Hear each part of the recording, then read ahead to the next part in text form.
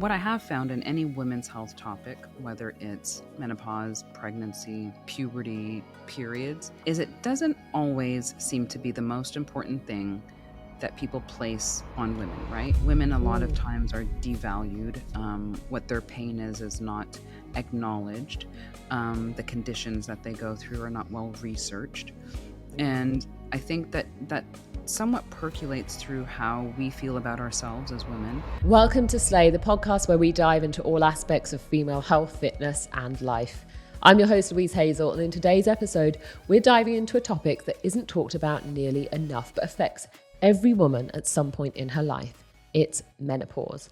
Joining me is a very special guest, a board-certified OB-GYN and leading women's health expert. She's here to discuss her groundbreaking new book, Generation M, Living Well in Perimenopause and Menopause.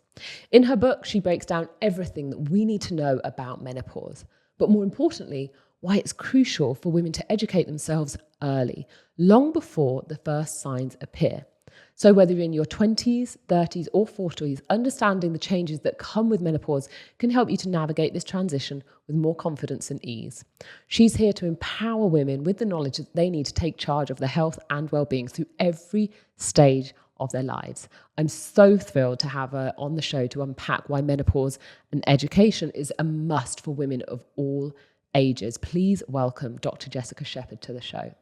Dr. Jess, thank you so much for joining us. Absolutely. I'm so glad we are here because we've been attempting this for some time and we made it happen. I know, thank God. And obviously because you have so many fans down at the Slay Gym, we've literally just been chatting about you all day long. We want the hair care. We want to know, what the skincare is. And I know you dropped a video actually just this week on your skincare routine whilst you were traveling. So we'll dive into a little bit of that later. But Jess, you've just dropped Generation M. Talk to me about the book. What is it about? Yeah, so Generation M, really was this collective of the patients that I see in the office, but also me, in the perimenopausal phase is going through it myself, is understanding that this actually is a very critical time in a woman's life, and 100% of women will go through menopause. And so when you look at it that way, you're like, well, why wouldn't we know about what's going on or what's going to happen or what our choices are and options are as we go through this? So I felt that it needed to be something that was reflective of what I would want to tell my patients, but also in a way that when they read it, they don't feel overwhelmed, because that was where a lot of the angst came from my patients, is that they were like, oh my gosh, I heard about this thing. What is going on? And it started to take over their thought process in a very anxious way. And I was like, how do we get everyone to understand what's going on? Because biologically it's going to happen. But also, how can we do it in a way where it doesn't create anxiety? And we can go through it in a way with grace. We can honor our journey. We can figure out transitions. And I really am big into the mind-body connection. And I think that if we go into something anxious and kind of frustrated, then a lot of the outcomes are not going to be the outcomes that we want or expected, because we didn't start in a place of, this is a transition. I can do this. It may be hard, but I have options. Yeah. So with grace. Absolutely. I love that. And for so many of the, clients that we see every single day, a lot of the time they're picking up the information perhaps later into the game, which we'll talk about later. So with that, anxiety is obviously part and parcel to reacting to what's going on in the body as well. But I really want to start super basic and really just progress through a number of the questions that have come up in the gym this morning. So we're going to start with a simple question. What is menopause? Break it down for us. Yeah. So I like to say it is the kind of the pinnacle of where we make this transition. And really it's just based on hormone levels, and hormone levels that, specifically estrogen, that are low and not enough to elicit a cycle.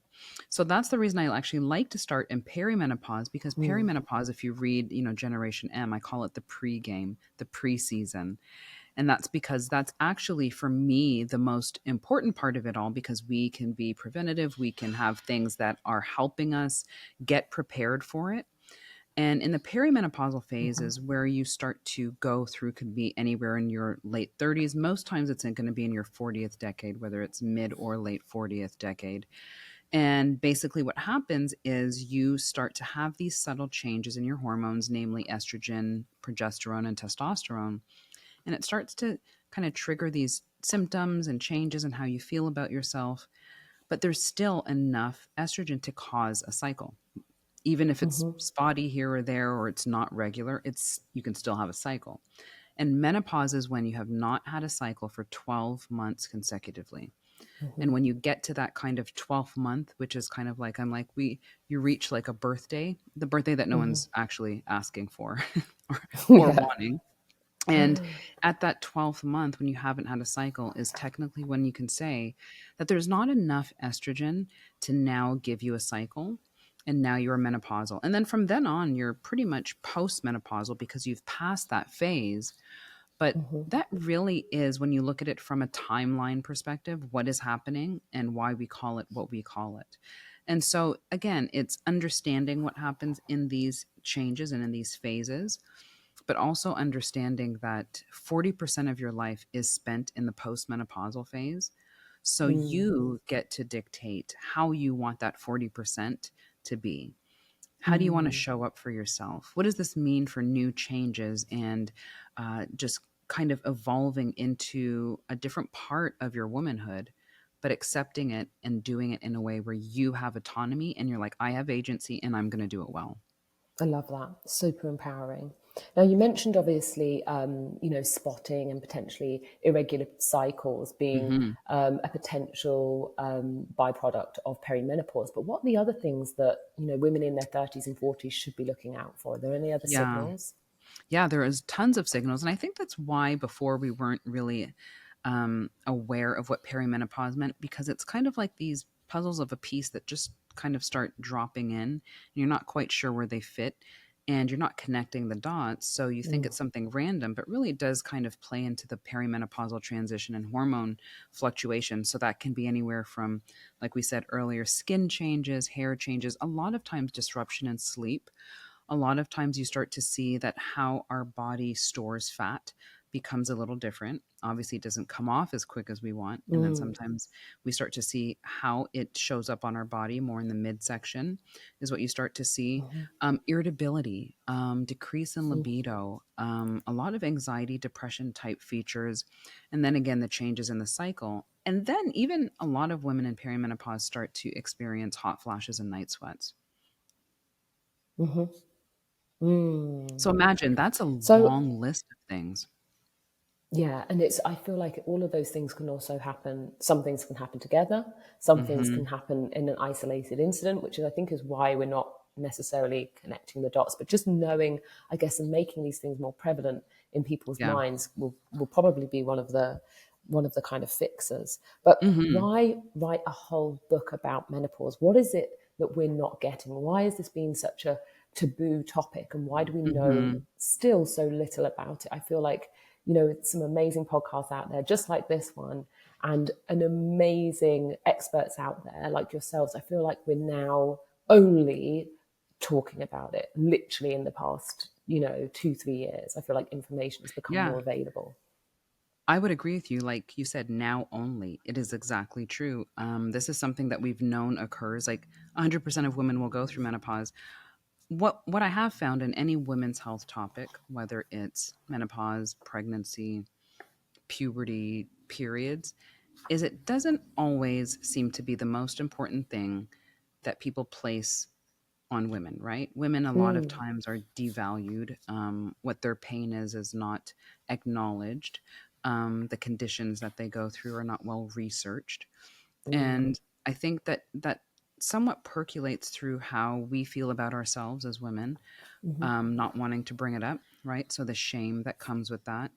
And anything particularly that has to do a lot of times with below the belt, any pelvic issues, right? mm, That's something that, again, we were not really taught to voice our opinion or our feelings or emotions during this phase. So what do? We suppress, we don't talk, we suffer in silence.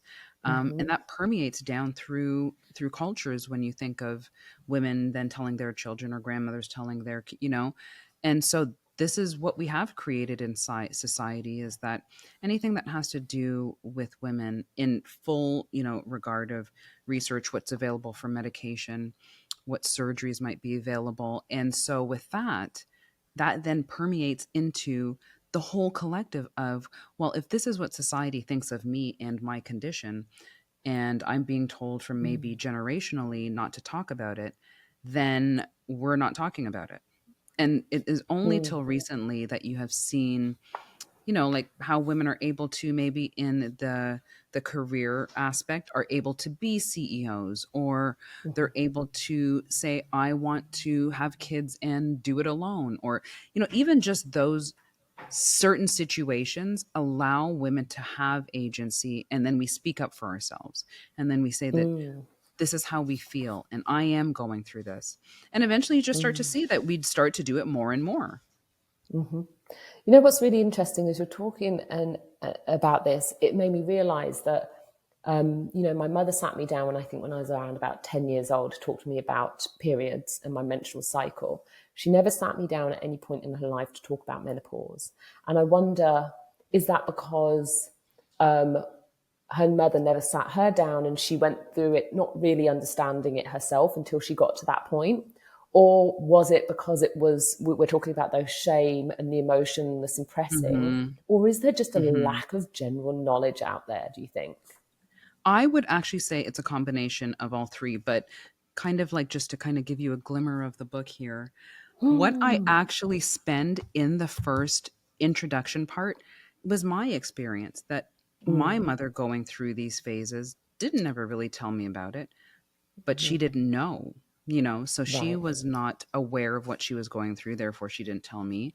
But also, when I think back to the day and age when she was going through that, or those transitions, the training of physicians, or the ability to have what's in your toolbox from a healthcare professional standpoint to give women to even go through this phase, was Mm. almost like non-existent.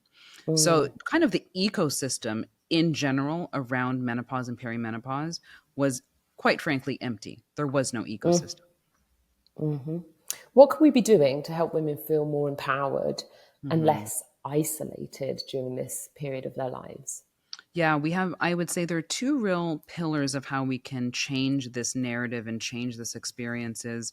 For the women who are going through it right now, we're kind of like in that perimenopausal phase going into menopause, is to be validated in, Mm. yes, what you are feeling, or how you are sensing yourself in this time frame is Mm. true, is valid. And yes, you are not alone in this journey.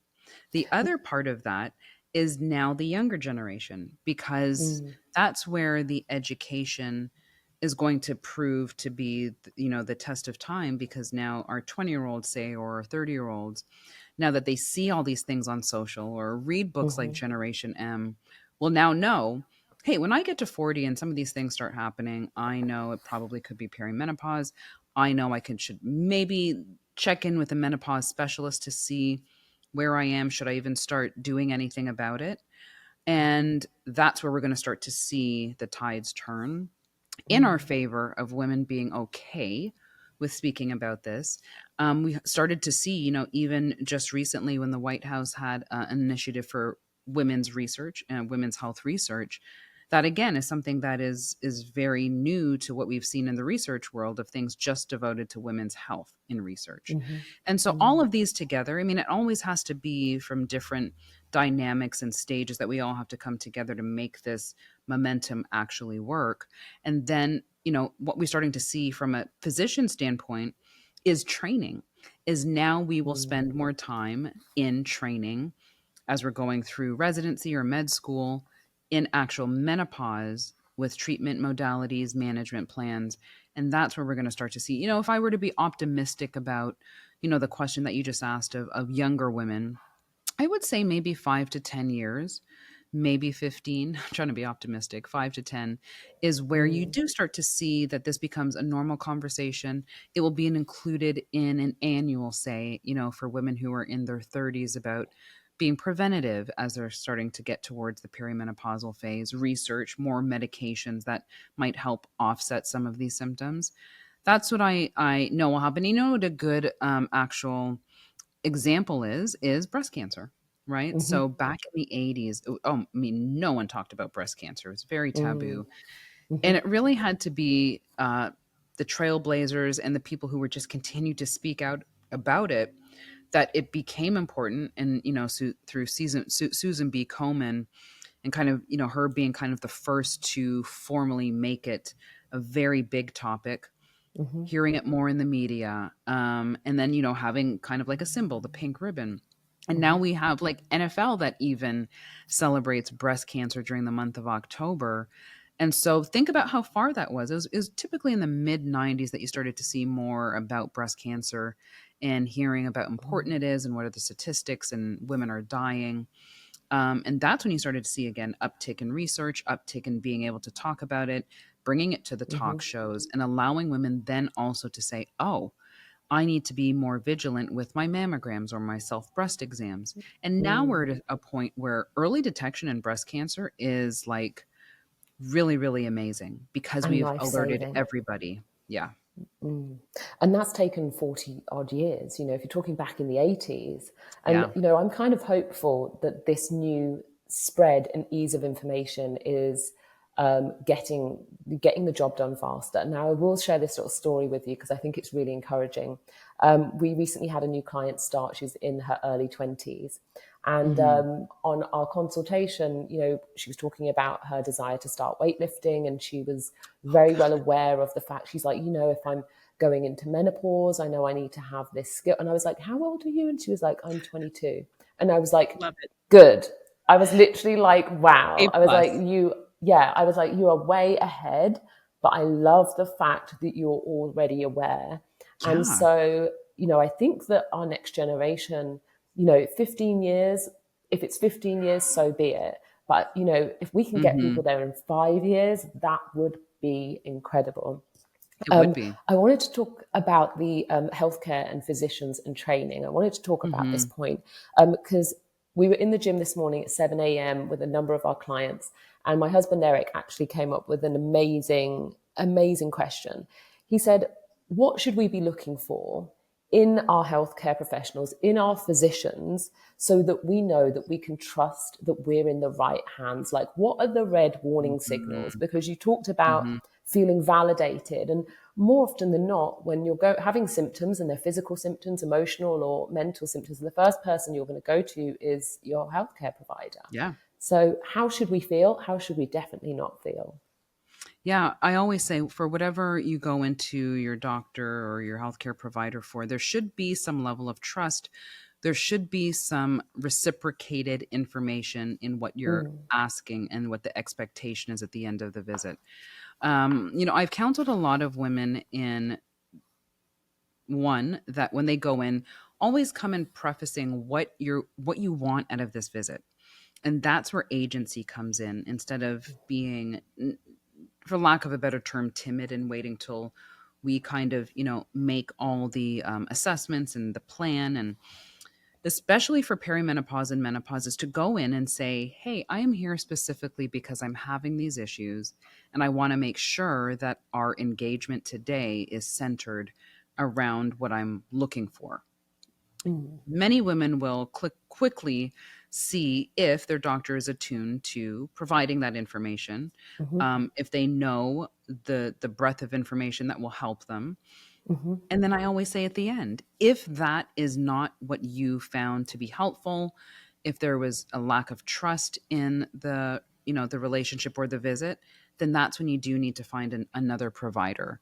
mm, And we should all have that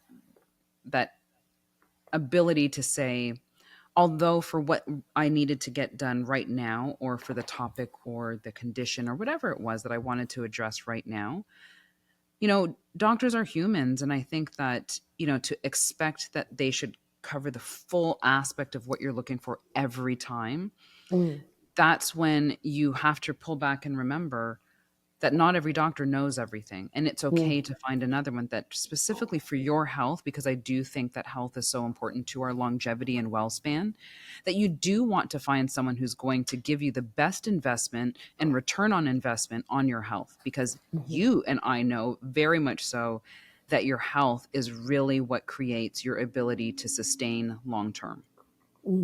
So one of the things I was thinking as you were talking just then was, what questions should you be going? If you're new to this, if you're like, I know nothing, my mother never sat me down, I just know I'm having these symptoms, and you've got 5, 10, 15 minutes with your doctor, what 3 questions should you be asking? Like, should you be asking for blood panels? What should be asking for tests? What type of tests? Hmm. Like, what 3 things can we be arming women with and saying, I need to know this, this, and this? And then Yeah. maybe we move on to the next stage. I would say that lab work, which will be controversial because there's a lot of physicians who, especially in the perimenopausal phase, because it's very hard for us to dictate or diagnose what's going on because we still have those fluctuations of hormones that are eliciting a period. And Mm-hmm. so it is not very easy to say, oh, well, you're this level, so that must mean you're in perimenopause. It's very hard to say that you're perimenopausal by a lab. Do I draw labs for my patients? I don't have a problem with it, but I do preface it with, we can draw them, but I'm not necessarily going to diagnose you with anything. What's more important is for you to say, how are you feeling? What is your symptom? What's showing up for you that we might connect to a perimenopausal experience? But that's how that should be worked out. The labs can be something that is good to have and something to see what is going on, maybe even see something else that you didn't expect to see. But I Mm-hmm. can't necessarily diagnose perimenopause. And then the other part of that is to walk in with saying, what are my 3 things that are occurring right now? So that becomes the discussion. Because when we first started this, we went through this like entire list of things that could be someone's experience in perimenopause. So everyone's going to walk in with a different experience. And Mm-hmm. so that's why it needs to be a very personalized approach, because you could walk in and say, yeah, my sleep is horrible, but I don't have hot flashes. And I could say the complete opposite. I'm having hot flashes, but I sleep really well. Mm-hmm. So, in order to identify are these things that are happening because of perimenopause, is to know, like your body, be body aware and saying, I'm experiencing these things, so that it becomes part of the conversation and not just this broad, I think I'm in perimenopause. But why? Why do you? And how is it relevant to you and your quality of life right now? Now, most women associate menopause with hot flashes, like we talked Hmm. about just now. Yeah. But what other symptoms could they be experiencing? One of the things that popped up today in the gym was hot feet. Have you ever had that Yes. before? Yes, I have Like heard that. burning sensation. People go, she Hmm. literally said, I went to bed, my feet were on fire. She said, I had to go outside and put my feet like in the pool or stand in the bath. What's that Yeah. about, Dr. The Jess? funny thing is I have heard that one and I'm like, What in the heck is happening with hot feet?" And what is that cartoon movie, Oh, Happy Feet? I'm just like, that's all I imagine when I hear someone say that they have hot feet. I imagine these penguins running around, That's and hilarious. like kind of just like moving around because of their hot feet. But a lot of times it can be a symptom of perimenopause, and a lot of it actually has to do more Hmm. with what we call a paresthesia, which is a kind of like a nerve tingling sensation, which creates like this burning, tingling, prickling sensation. And so, Hmm. again, that usually is a very temporary symptom. There are a lot of women who say that they have it like every night. So, because of the hormone fluctuations and how it can impact so many different parts of your body, it still can be a very relevant symptom that someone could benefit from some type of hormone therapy because of the hormone Hmm. fluctuations. So, again, Mm. and those are the types of symptoms that I would say fall into that category of a lot of doctors may say, when you bring up that specifically, oh, well, you're okay. Not sure what it is. And then kind of, you know, putting it under the table of it's not that bad. And so Mm. again, even for a woman who might have that symptom, just like you were explaining, someone explained that to you, is also the now you need to prioritize how much of my daily life is it impacting, and is this something that Hmm. needs to be at the top of my list, is it in the middle of my list or the bottom of my list? Mm. That's a great point. And what about brain fog, Dr. Jess? Is that something that you suffer with personally? Because it's Yeah, obviously, the girls just say the brain fog gets them every single time. What that was your experience? definitely was, I would say, my first perimenopausal kind of notable symptom. Because occasionally I experience maybe a hot flash or a night sweat, but it wasn't consistent and it was infrequent. The Hmm. brain fog, however, was very initially subtle until I was like, nope, something's going on, because I couldn't remember. It was hard to recall, multitasking, being in the middle of a sentence and not remembering what I was saying was my, and then finally, even me, who's like an OB-GYN and menopause expert, and it didn't take long. But again, you're not thinking, oh, these things keep happening, it's definitely perimenopause, Hmm. until I was like, no, this is something that's impacting my daily life. And then putting more thought to it very quickly, I was like, I bet you that's what it is. And so for me, it was a no brainer anyway. I was like, oh, well, I'm just going to go on hormone replacement therapy, which I did. Love that. The funny thing was, I've been definitely experiencing brain fog myself, probably for the past 3 years, probably since like turning Mm. 36. And Hmm. I always attributed it to the change in environment and lifestyles and the way we are using and constantly in front of devices and the Yeah. speed of information. So I was like, maybe I'm getting ADHD, and maybe that's why I can't finish my sentences. Maybe the reason I can't string a sentence together properly without messing up is Hmm. because this just influx of information. I'm not Right. reading as much. I'm scrolling more. But as we were in the gym today, I was like, no, there's some definite telltale signs there. But Yeah. let's move on and talk about HRT. So hormone Yeah. replacement therapy. I recently had a conversation. In fact, it was maybe 18 months ago with one of my clients who, suspected that she was, really starting to move into some very strong and regular symptoms. Hmm. And I said, well, you should definitely go and talk to your doctor about it. And you should look at HRT, hormone replacement therapy, as an option. Hmm. And I remember telling her to her face, but I remember it literally just going literally over her head and in one ear and out the other, and it was gone. And we actually chatted this weekend. She said, oh, and I'm on hormone replacement therapy now. And I was just like, hallelujah. Like, but at the time, I literally saw her and registered her just completely ignoring everything I said. I'm so grateful that she finally managed to get there. But there was definitely I think it was just a lack of knowledge and a lack of just even knowing that that was potentially the next step. So for those people who are getting, regular symptoms, debilitating symptoms, should we say, and is this, how do you start that conversation with your, physician about, you know, hormone replacement therapy? Because surely isn't this something that you want them to kind of suggest rather than diving in? And also, what is it, more importantly, for those people who don't necessarily know? To give them and supplement them back a level of hormones that can allow them to either one, decrease the symptoms that they're having, or two, help with prevention for things such as helping bones be stronger.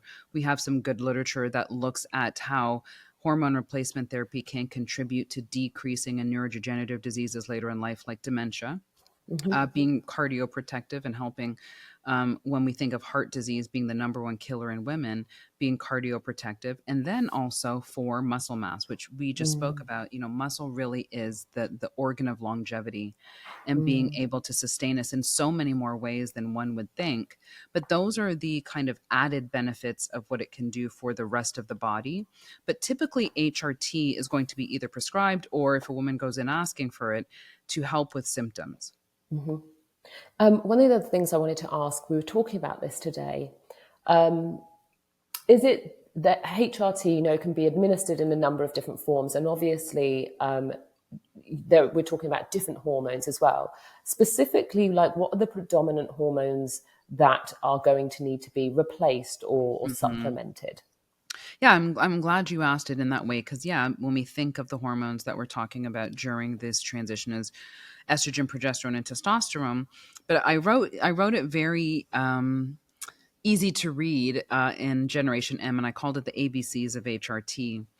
And that's Hmm. because there are, namely, those three, but estrogen really is kind of the driving force of women when we think of their most prominent.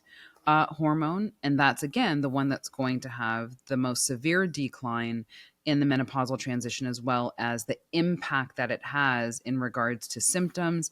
And then also the other things that we talked about as far as like bone health, brain health, and then muscle and heart, because we have estrogen receptors all over the body. Mm. And so when you actually see, I think people always typecast it to just being in the pelvis. And when you realize that you have estrogen receptors all over the body, it really helps you identify, oh, well, that's why when we have a decline of estrogen in menopause, that's why you start to see sarcopenia and loss of lean muscle mass.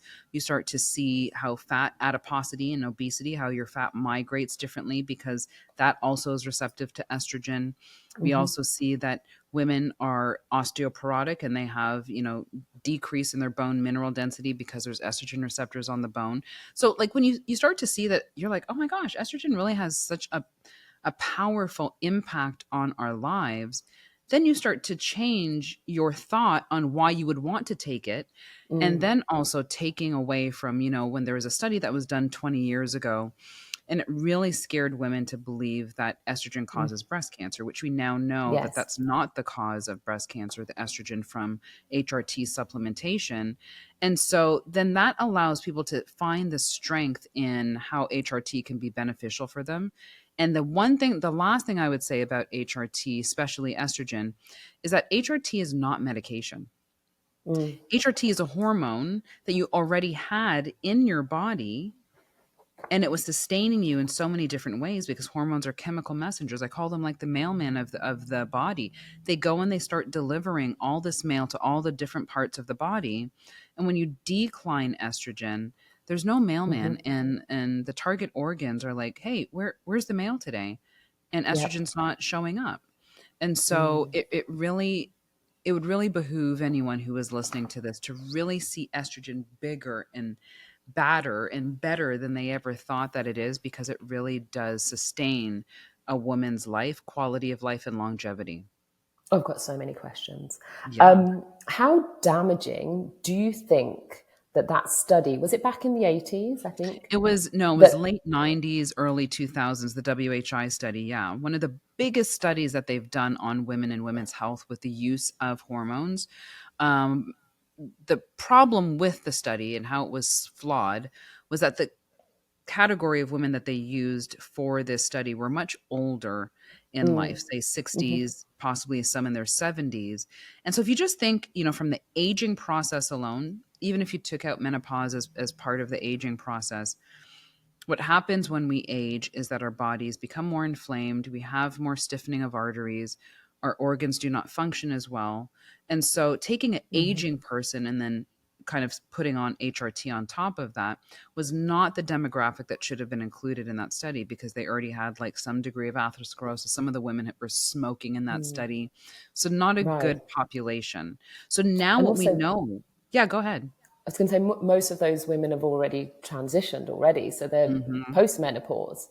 Right. So, yeah, not good case studies whatsoever. At all, at all. And that's why Mm, we've shifted looking at it retrospectively. And the women who should be getting exposed to or taking HRT are going to be in your late perimenopause. So that's like your later 40s into your early hmm 50s, because the average age of menopause is 52.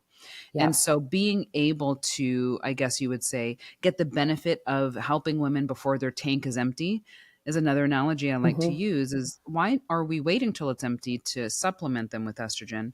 Why don't we actually start to get them on HRT as it's starting to decline, so you can hmm kind of like bring it up to a level before it's completely depleted, and then your organ system's already had like kind of this, it's not serving us anymore.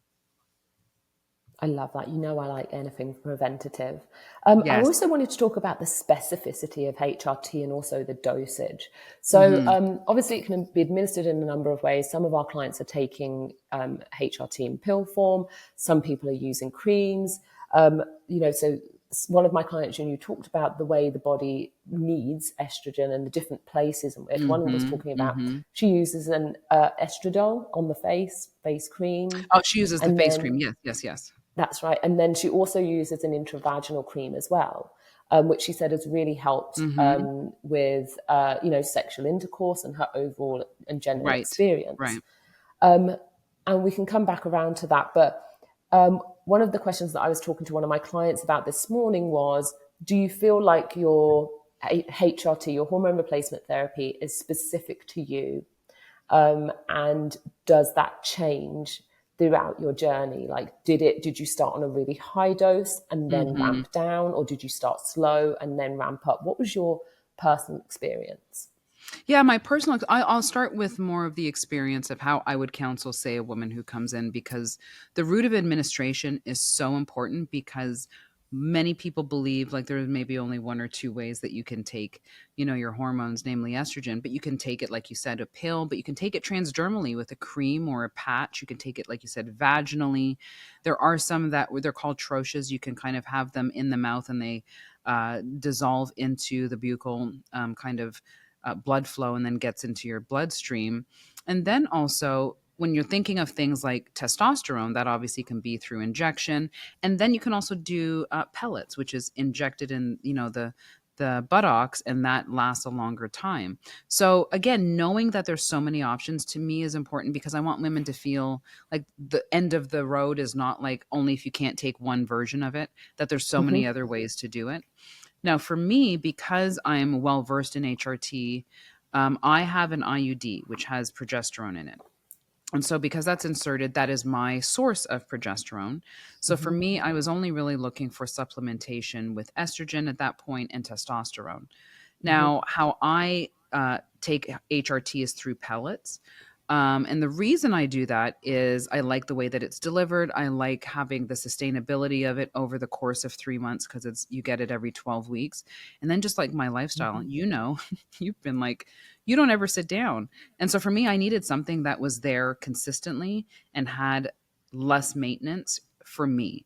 Now, is that for everybody? Absolutely not. And I don't recommend things just because I think it's best for me or it's easier. I give everyone the full gamut of how they can take it, what dose they could start at based on their symptoms, what are some of the things that they may have in comorbidities with other diseases, and maybe we should do a transdermal versus an oral. That really is how intense these consults can be, because it requires so much information. Usually, fundamentally, people are just like, I know nothing. So you have to Yeah. start there, and then you have to take the personal approach to it and say, okay, for what you're going through and what you might need, then maybe let's dial down to these few options and you can choose from there. So let's say I'm experiencing like sleeplessness, real poor sleep quality. What would I be looking at? What would be potentially increased or prevalent in my HRT?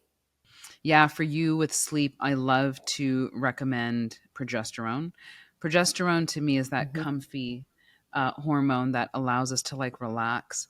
In pregnancy, it's the hormone that kind of causes like our digestion to kind of slow down, and that's a lot of times why I have heartburn, because everything's just kind of chilling out. So for sleep, progesterone actually is a really good way to kind of relax and get that back. But then also estrogen as well, because a lot of sleep disturbances actually are, whether you feel it or not or sense it, a lot of hot flashes and night sweats.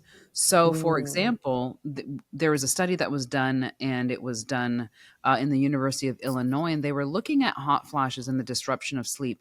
And a lot of times they were monitoring women, throughout the night with some type of like electrode or something. And a lot of times women were having hot flashes or night sweats, but didn't know, right? Because it was subtle. But sometimes that subtleness of the night sweat is enough to arouse you out of sleep. And so that can disrupt your sleep as well.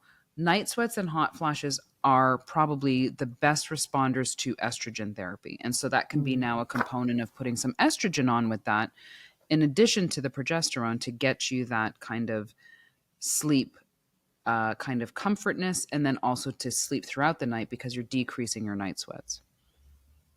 Now, what about those people who are feeling, getting those extreme energy crashes? Because I've seen this firsthand in our clients, and Hmm. it can be really, really, really tough. Like I've seen people go from being turning 50 and having the best Mhm. holiday month and like birthday month to then being completely and utterly debilitated within literally 5 months, to the point where Yeah. blurry vision, um, feelings of low Mhm. blood pressure, needing to lie down, almost the type of Mhm. symptoms that I would see in someone who has low energy availability. And my instinct was, wait, Mhm. low blood sugar? Like, are you crashing? Did you eat today? All of those Mhm. things. But no, these were also, signs of all of these symptoms that were coming up in the body. And, it's rough. So for those people who are having It is. um, extreme fatigue and energy, Mhm. what's the not cure all, but what would we be Right. recommending in terms of the HRT there? What can be Yeah, done? you actually hit on it a bit, talking about sugar in the form of glucose. What we do know is that estrogen levels actually interfere with when they start to decrease with insulin regulation. Okay, and so that Mm, kind of intimate relationship between insulin and glucose is shifted when we start to see the decrease in estrogen. And so there are two things that happen, or actually three. One, insulin production isn't quite as efficient as it should be, and that's begin because of the relationship that it has with estrogen. But also, our blood sugar levels tend to be a little bit more erratic, and that actually has a lot to do with the change in the metabolic system for women. And so, how they process food is differently. The types of food that we may have eaten before, maybe not being processed as easily as they should have, and so you start to see again these mm, fluctuations in sugar. And then the other part, which goes back to weight training, is if that we're experiencing sarcopenia and our muscle mass decreasing, when we eat glucose, which is the fuel for muscle, you have less muscle to actually absorb it. And so, all of these things mm, together is why it's so important that lifestyle factors are a part of the perimenopausal and menopausal phase, is because it's not mhm, all just estrogen and progesterone and testosterone and repleting that.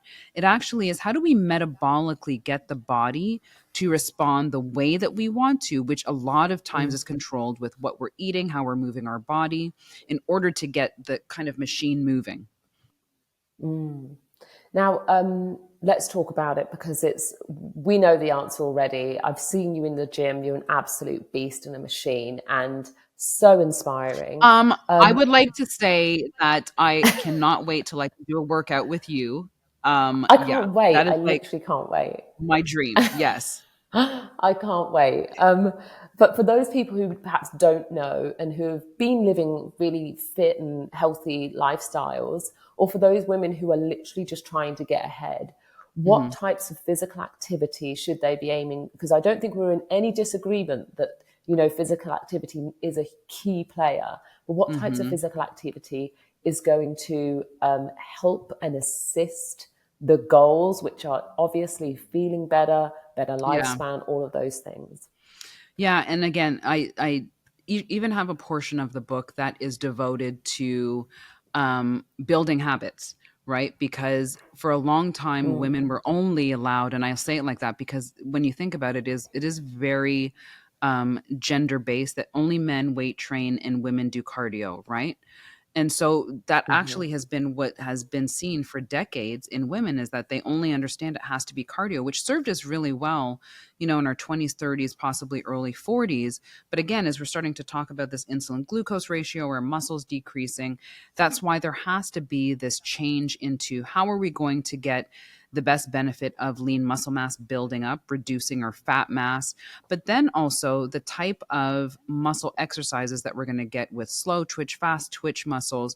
And that has to do with weight training, but also things such as sprint interval training or high intensity training, where you have something that's very strenuous and then you have these short recovery periods. And that again is the beautiful way in where you're going to improve not only your lean muscle mass, which I'm very focused on when I talk to my patients about that, because muscle really starts to just decrease significantly in the latter 30s. But you're also going to improve your body composition, which has a lot to do with how our body fat starts to shift and where that fat starts to go.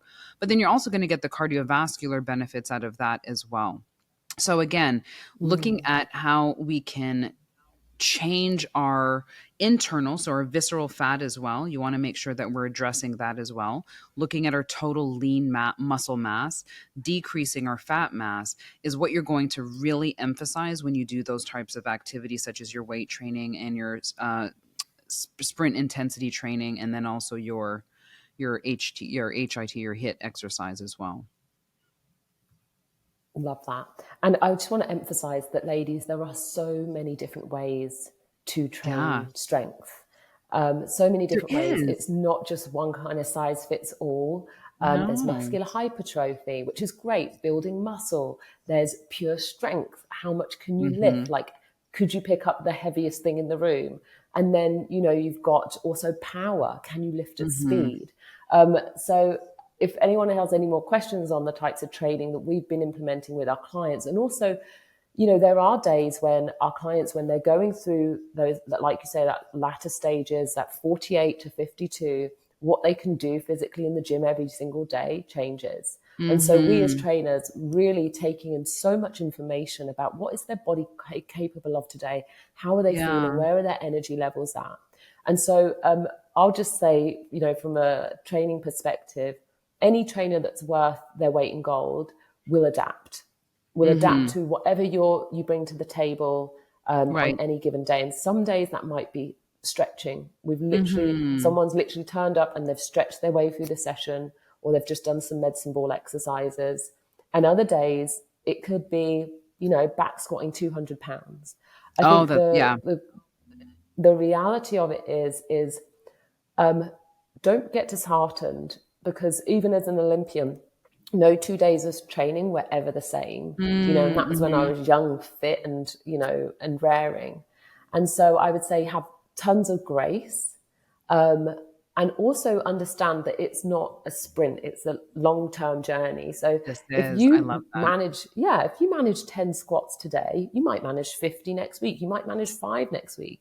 Just focus on quality and Mhm. how good it feels to be able to move your body, and how good it feels perhaps to be in an environment where you're feeling supported and you're still achieving. And one of the things we were talking about with one of my clients who really had a very rough time was she showed up every single day. That was just the habits that she'd already built for herself. Yes. And I was like, you know what you did better than anything? You did it ugly.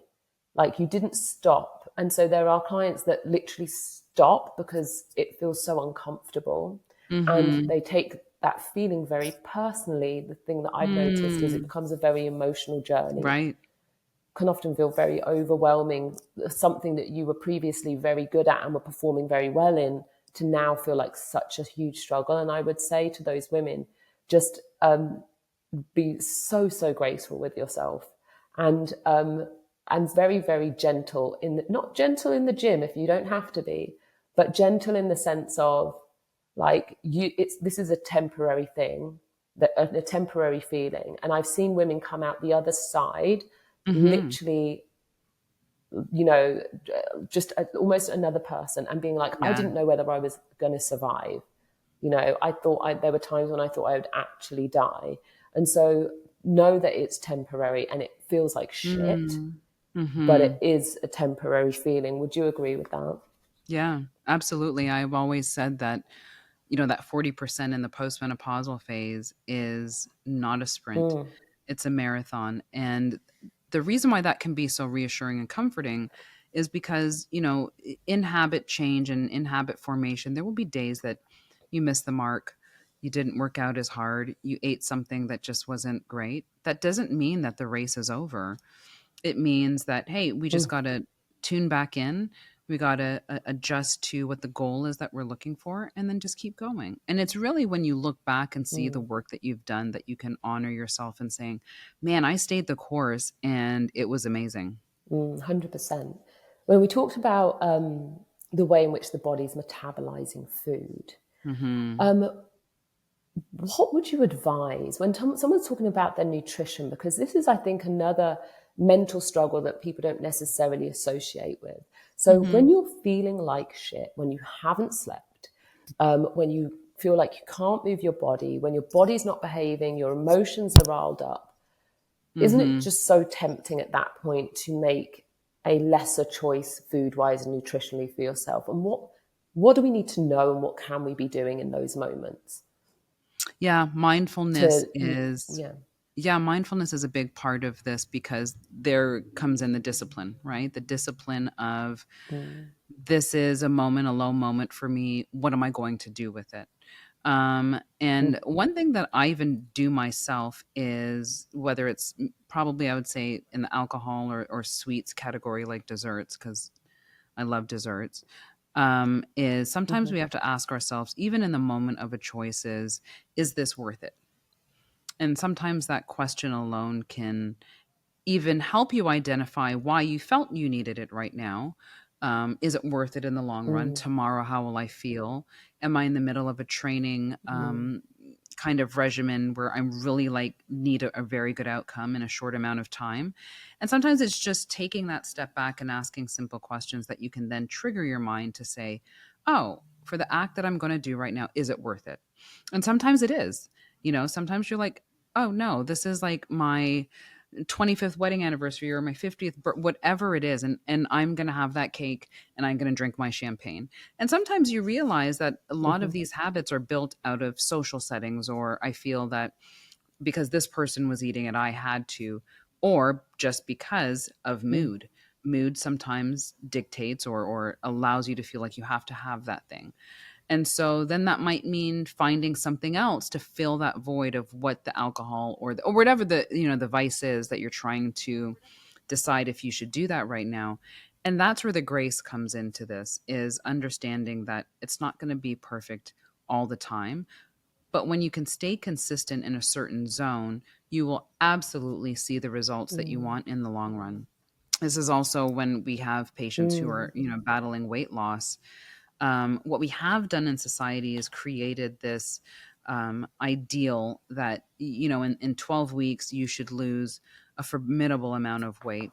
And when I'm counseling patients on weight loss, I always want them to say, I want to look back in a year and say, look at all the work we've done, not 3 months, because I want you to mhm, do it in a way that's sustainable and that you've created good habits for yourself. mm, mhm. I love that, Jess. That's really beautiful.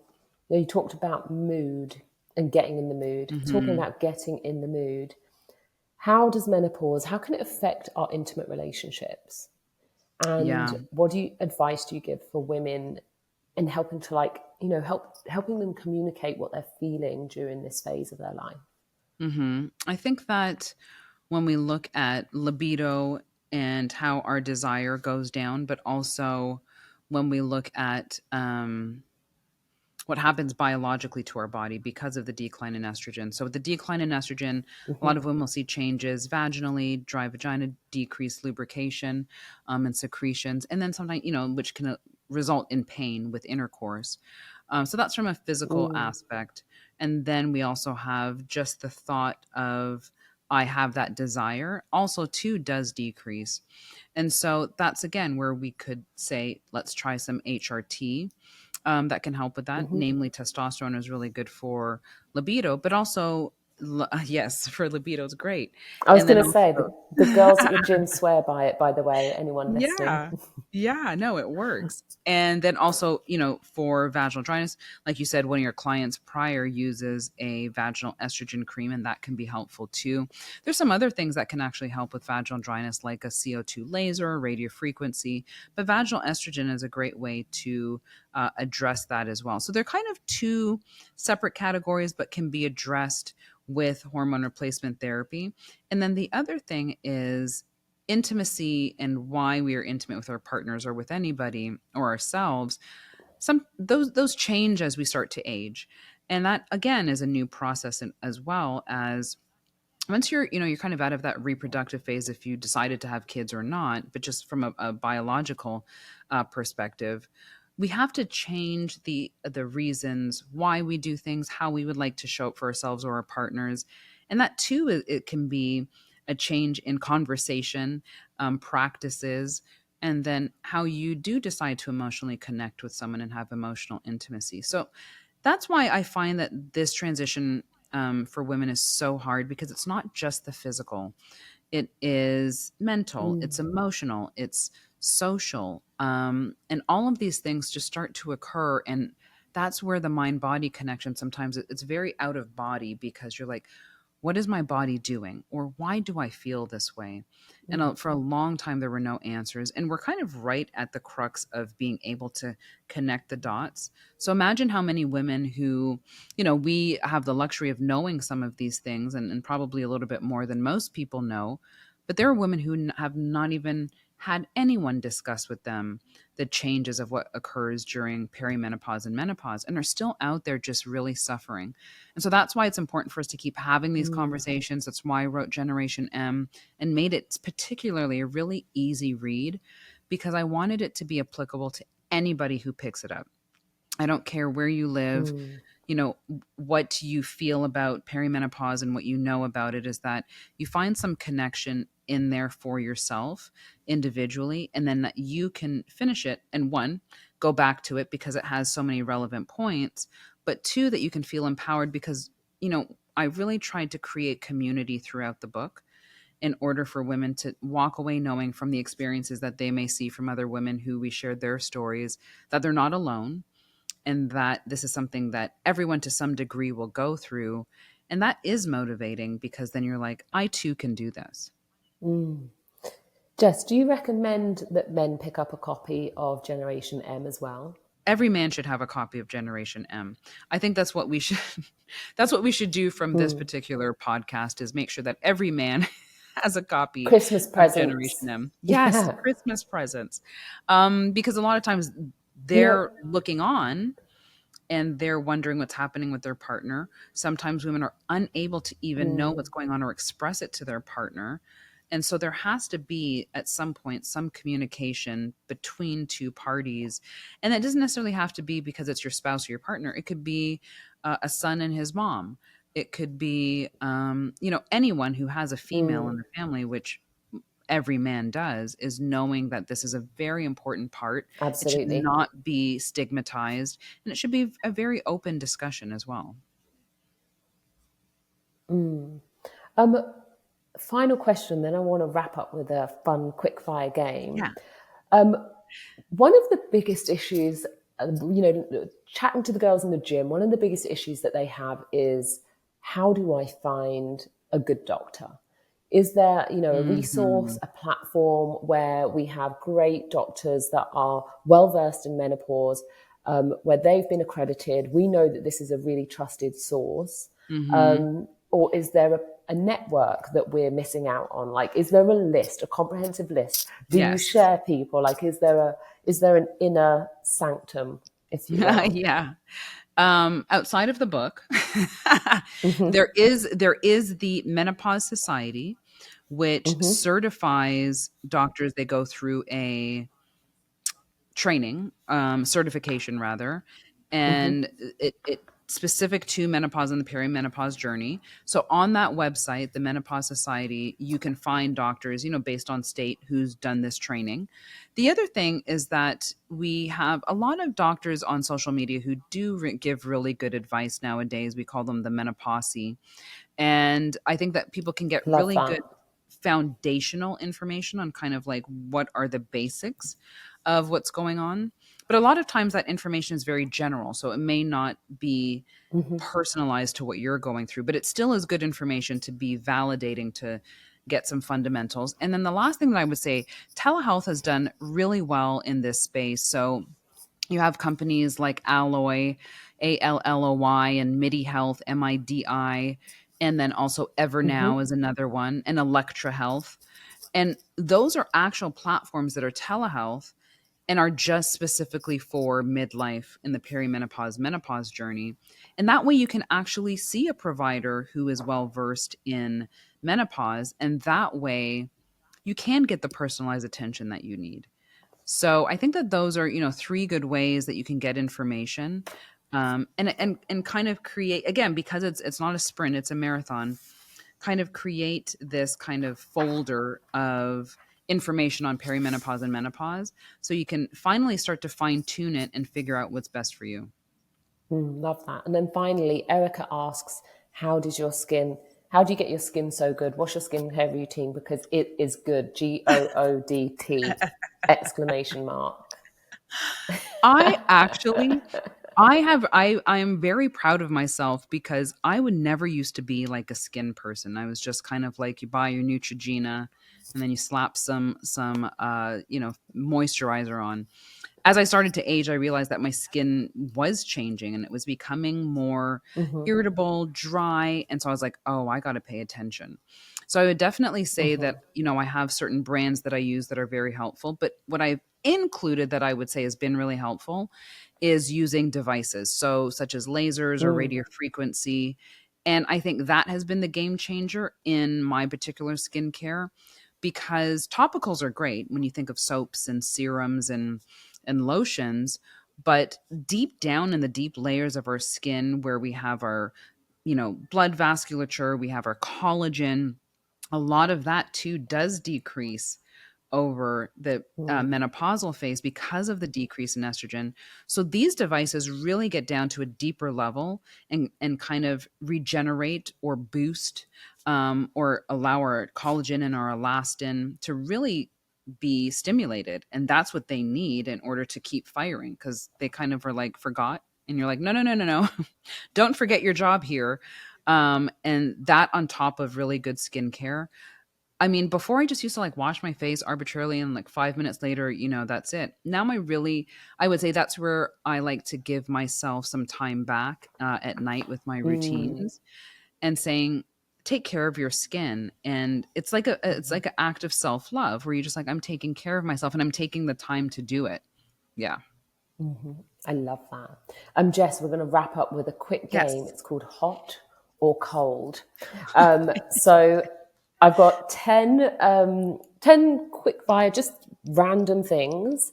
And you've got to respond whether you're hot, hot, hot, all about these things, or cold, cold, cold. They're either not for you or you don't advise them for women who are in Okay. perimenopause or going through menopause. Okay. Number one, Perfect. alcohol. Hot Cold, or cold? very cold.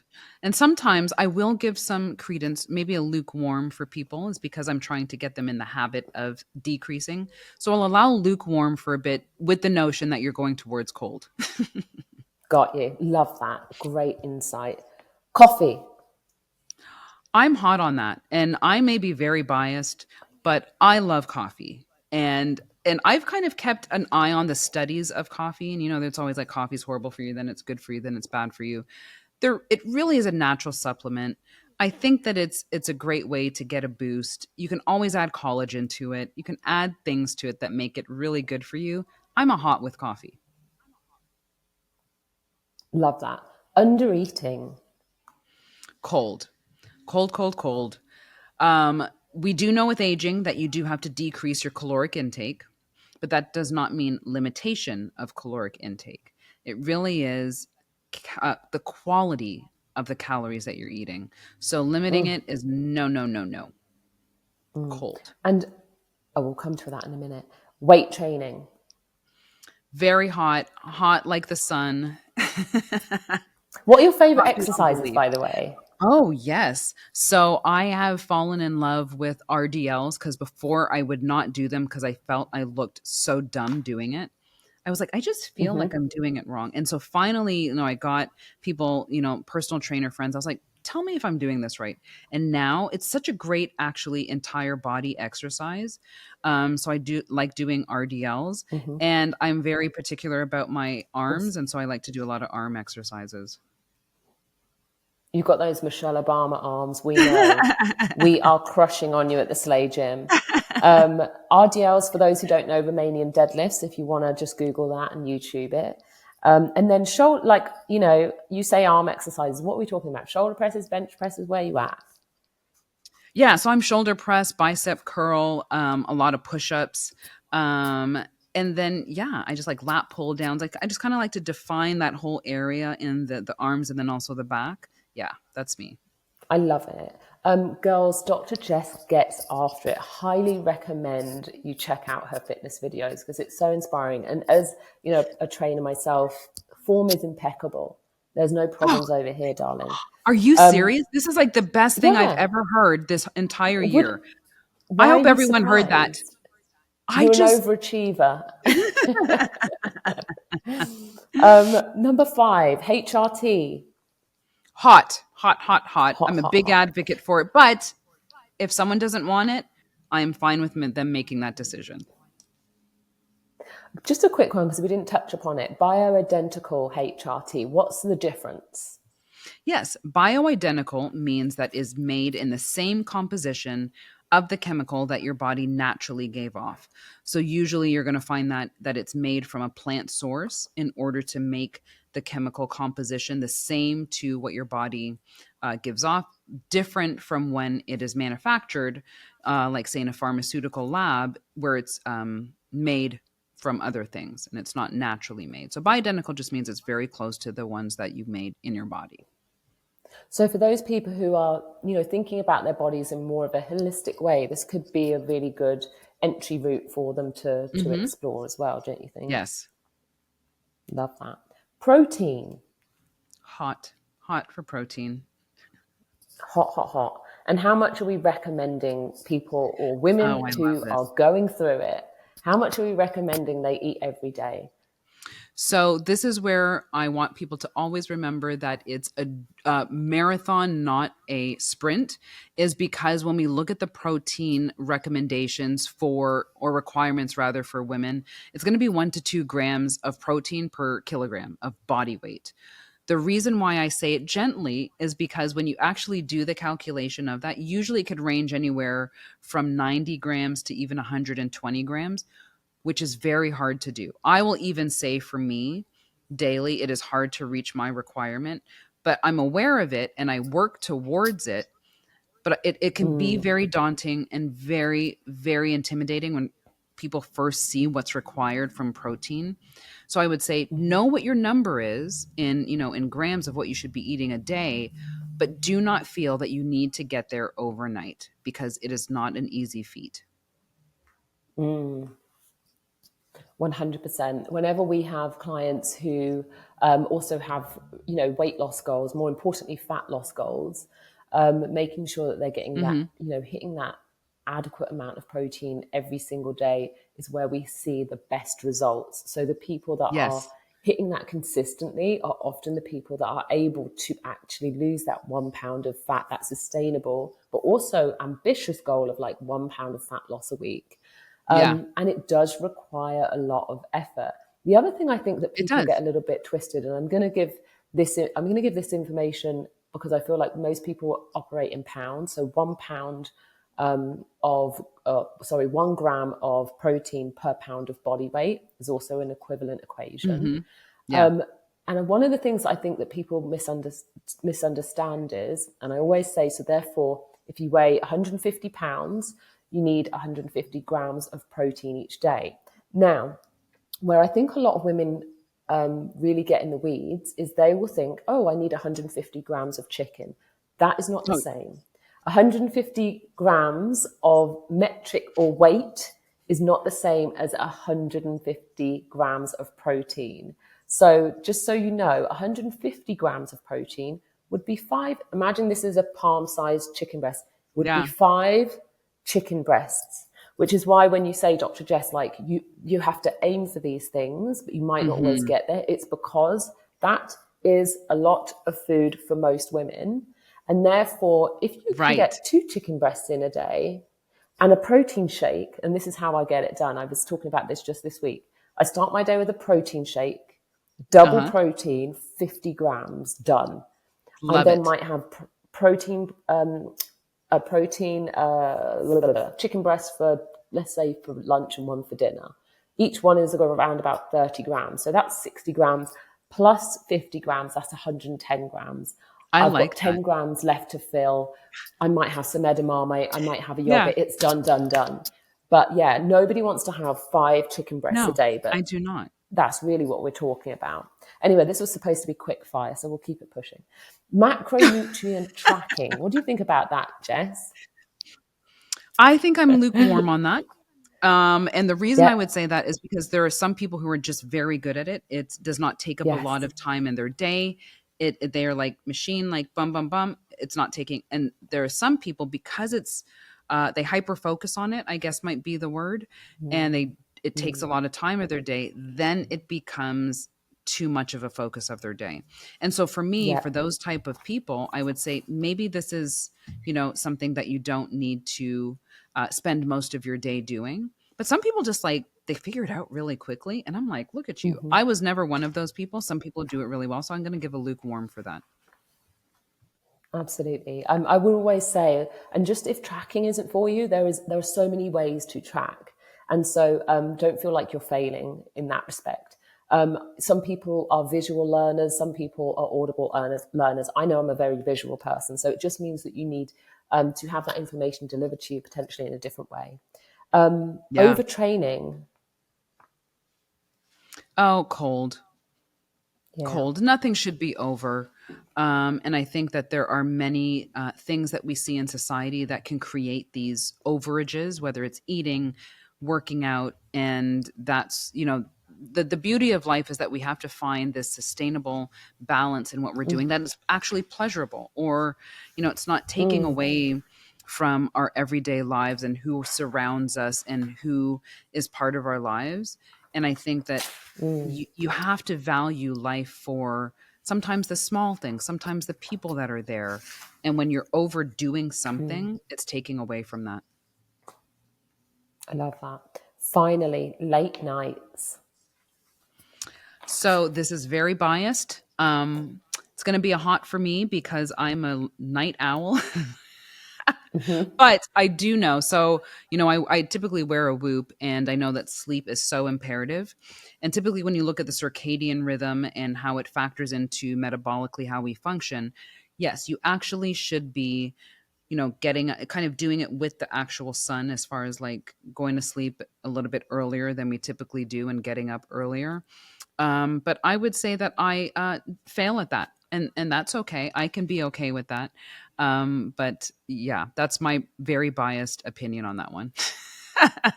You're a 10 everywhere else, and that's what we call balance. Right. That's my like zero. That's my zero. I love it. Dr. Jess, thank you so much for joining us. You've given us so many life, menopause, perimenopause bars today. Like, I can't thank you enough. This is such amazing, valuable information. Where can everybody buy, download, purchase Generation M, and Yes. what are you up to next? Yes. So Generation M, you can get it in store in Barnes and Nobles. You can get it online, Barnes and Nobles, on Amazon. And then you can also get it on my website, which is jessicashepherdmd.com. And then, follow me on Instagram, Jessica Shepherd MD, and then also Modern Meno, which is on Instagram. And that really is focused just on menopause topics. We have fun. We do some really serious topics so you can get some good fundamental information. But that's where you can find me. And everyone, go get the book. We're trying to make this a I love bestseller it. book. Let's do it. 100%. Let's get it on that list. We'll leave a link in the video below. Yeah. But Jess, I just want to say thank you so much for joining us. I can't wait for us to finally meet up in Los Angeles and get this Yes. workout done. We Yes. promise to film it for you guys. Oh, it's definitely being filmed. I'm going to be so excited. Yeah. I can't wait. I love it. Thank you so much. Thank you. That concludes this episode of Slay. Stay tuned for more empowering discussions on female health, fitness, and life. You can follow me at Louise Hazel on social media, and you can follow Dr. Jess at Jessica Shepherd MD. You can check out the Slay brand now at Slay Athletic Club, and don't forget to subscribe to the Slay podcast if you haven't done so already on YouTube, and leave us a comment. You can also get fit at home using the Slay app. You can download that now for free from the App Store and join our online community and start one of our home 30-day challenges.